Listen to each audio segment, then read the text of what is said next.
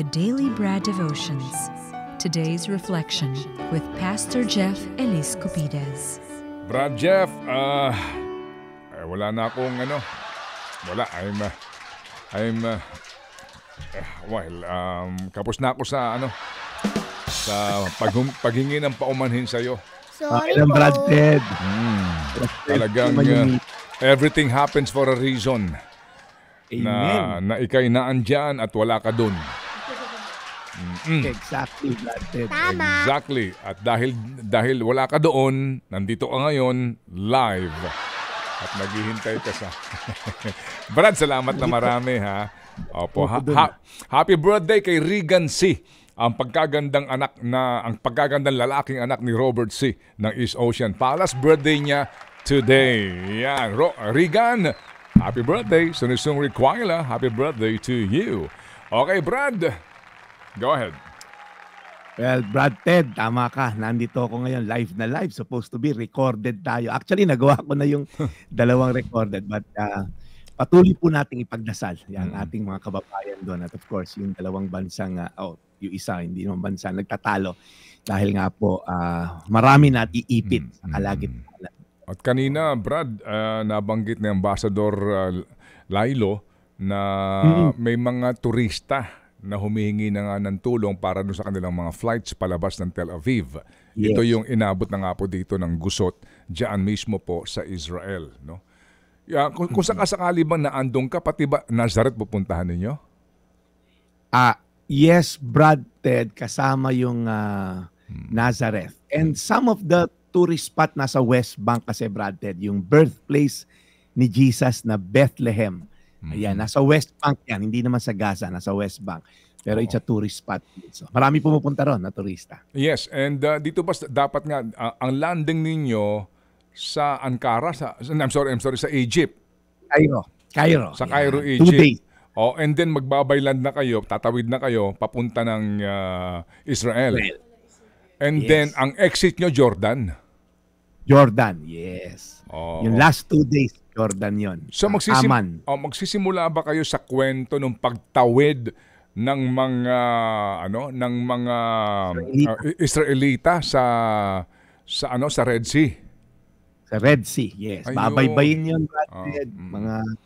Maganda siya pilgrimage. Siguro mayroong tamang panahon si Lord para sa...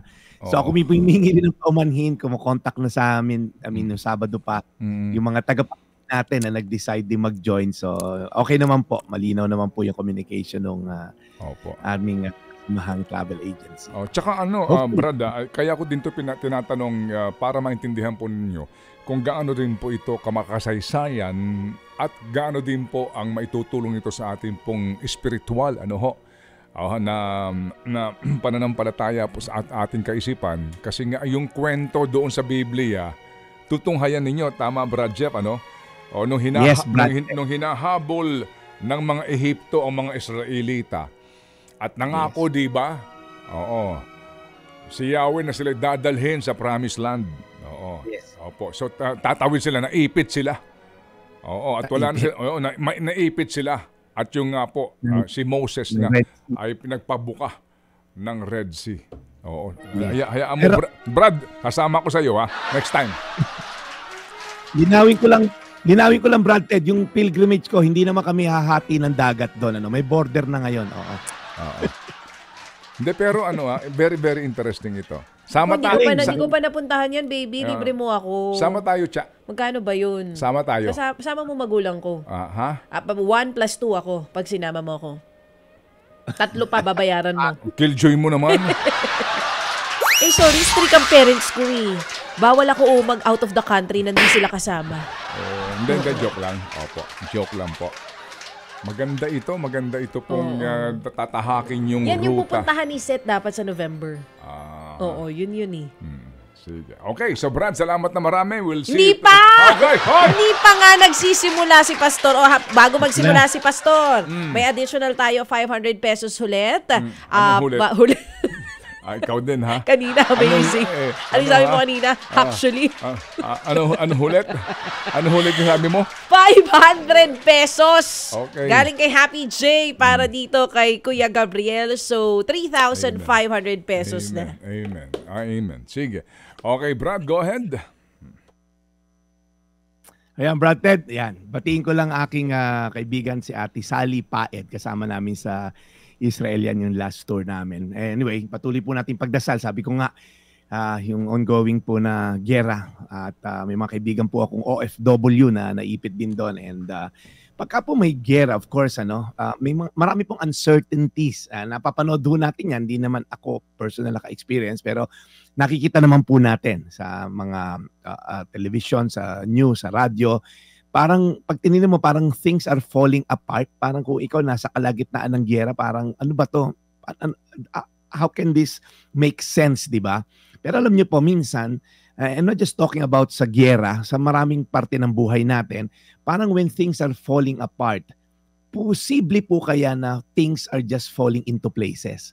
Maaring sa pananaw natin, parang nagpo-fall apart, pero sa pananaw ni Jesus, sa pananaw ng Diyos, no, I'm just putting everything into its proper places. Naalala ko lang, Brad Ted, yung anak ko mahilig sa Lego yun. Bumubuo siya ng mga iba't ibang animals or figure sa Lego.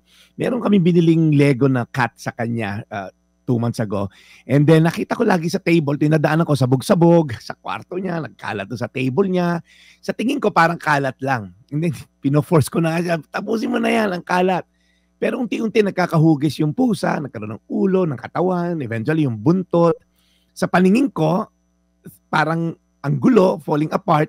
Pero sa kanya, Dad, easy ka lang. Things are falling into places. Habang binubuo ko yan, sa isang kamay ng isang eksperto sa Lego, ang ganda ng kinalabasan ng pusa. I don't know kung nandyan sa picture natin.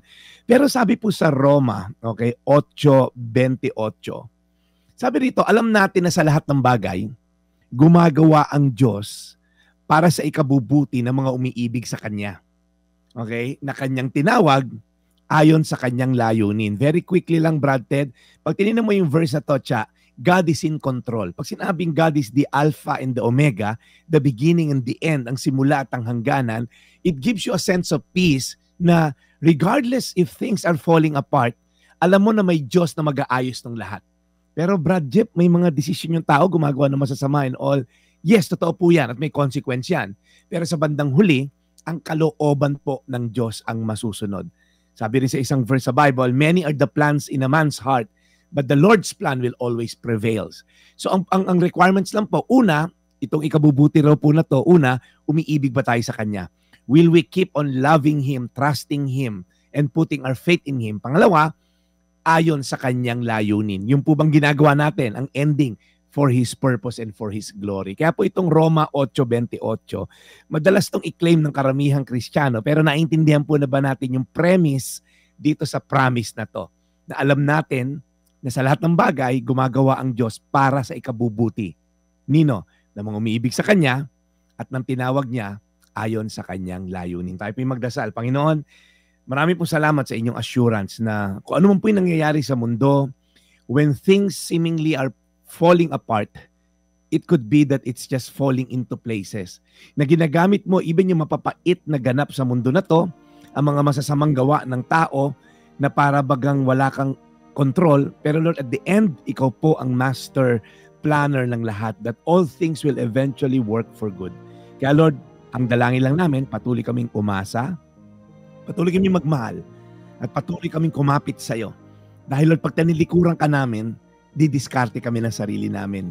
So Lord, tulungan niyo po kami na maging tama ang aming pananaw sa mga bagay na nangyayari sa paligid namin, na mga uncertain. Patuloy po namin ililift up ang bansang Israel at ang Gaza, Lord God, na pinawa Panginoon, magkaroon sila ng peace, ng truce, whatever, Lord, para matigilan po yung senseless killings ng mga taong wala namang kinalaman sa gera at naiipit lamang, Lord God. Salamat po. Even yung mga OFW namin, may mga accounted for, unaccounted for. Lord, nawa ay masumpungan na ang mga kababayan namin at nawa, Panginoon, ay magkaroon na ng kalinawan ang gera na to at magkaroon ng peace. Maraming po salamat sa pangalan ni Jesus. Amen. Amen. Panginoon, muli po salamat sa araw na ito sa gitna po ng napakagulong mundo. Ang magandang balita po na nagmumula sa inyo ang napapapawi po sa aming mga pangamba. Alagaan niyo po lagi si Brad Jeff sa kanyang pagmimisyon at salamat po muli sa mga taong bukas palad pong tumutulong sa mga aming mga kapatid na nangangailangan. In Jesus' name, we pray. Amen. Amen. Ay nako, Brad Jeff. Itong balita nga ng gerang ito, no? Ito'y patunay po na wala hong panalo sa gera. Kung napanood mo yung visuals nung Yes. nung dumating doon sa konsyerto at kung wala, sobra, no? Sobrang karahasan at nagbilang ka na lang nung mga nakabulagta doon. Umabot daw ho sa ilang daan yung mga pinagbabaril ng walang kalaban-laban, wala namang kamoy kinalaman.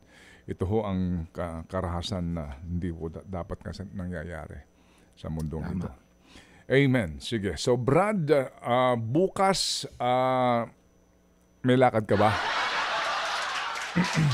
Okay lang. Okay lang, Brad Ted. Nandito lang naman tayo para maglingkod. Ngayon lang, meron lang akong meeting ng 9 o'clock. So, sabi ko, hintay lang sila saglit. Work from home lang naman ako ngayon, Brad Ted. Sige. So, muli kaming humihingi ng iyong lubos na pangunawa at alam ko namang nauunawaan mo si Chacha. Kasi si Chacha Sorry, ang daldal ko. Sige, ako na to. Sorry sige. Sorry, Pastor. Sige, Brad, salamat na marami. Salamat na marami, Brad, ha? Salamat na marami. See you tomorrow. Serve the people, Brad Ted. Yan ang ating tagline dito sa ating programa natin. Kaya we're here to serve the people. Ito po yung Daily Brad, your daily dose of inspiration. God bless po. And God bless you more, serving the people, Brad Jeff Eliscopides. Ted Filon at DJ Chacha. Ngayon, nasa Radyo 5, 92.3 News FM. Monday to Friday, 6 to 10 a.m.